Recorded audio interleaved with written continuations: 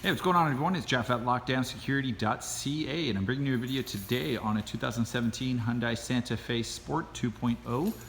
What we've done today to this vehicle is we've installed the new for 2017-2018 CompuStar DC3 remote start controller, along with the CompuStar RF2W705 two-way remote control.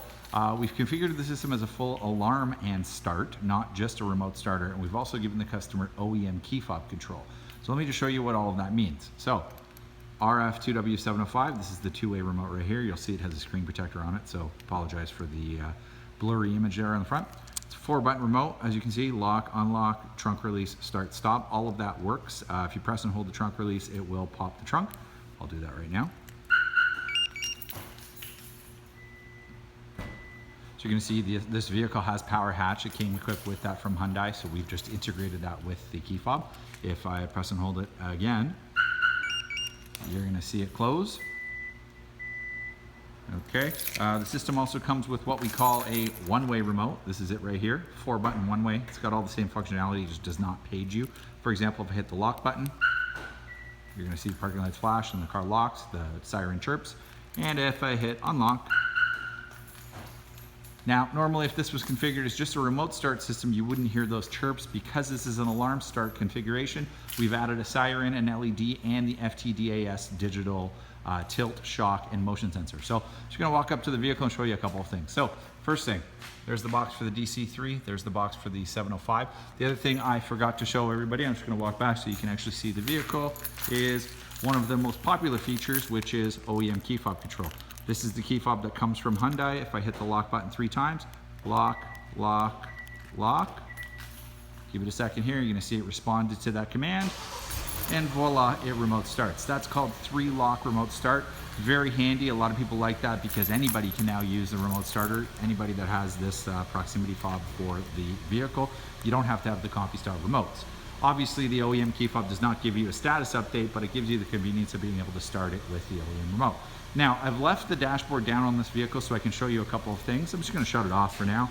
Lock, lock, lock. You don't have to shut it off, but I'm just doing that because we're indoors and I don't want to kill myself.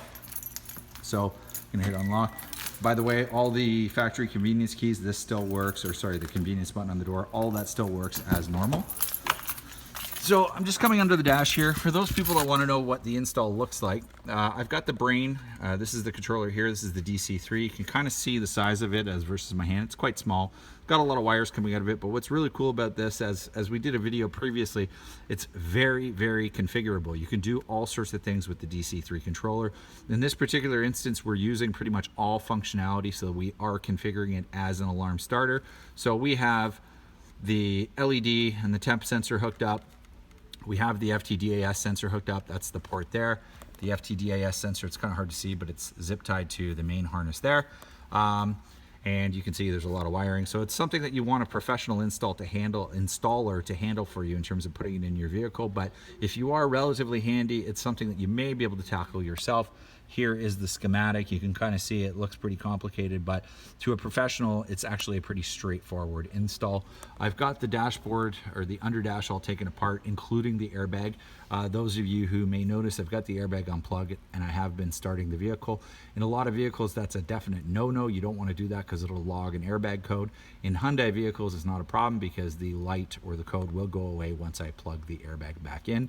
I will be doing that once I mount this up top. Also, for those of you who are wondering, we usually follow a strict procedure here at Lockdown. We always mount the brain first, which I did in this instance, but I have taken it down just so that I can show you exactly what the DC3 controller looks like installed in a vehicle. We're using Tessa tape to hide all the cabling. You're going to see it looks very OEM. We've got cabling going up under there, but it follows the channels of the factory wiring.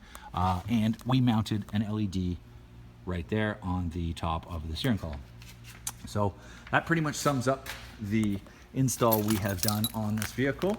And for those of you with Hyundai Santa Fe's that want to add a remote start or want to add an alarm and start, this combo is a great one. We have lots of flexibility. We can either give you just Oam key fob, we can add a 2-way key fob. I accidentally hit the button there. You can do a 1-way key fob. You can do smartphone control. The possibilities are limitless, and we can help you out with all of them.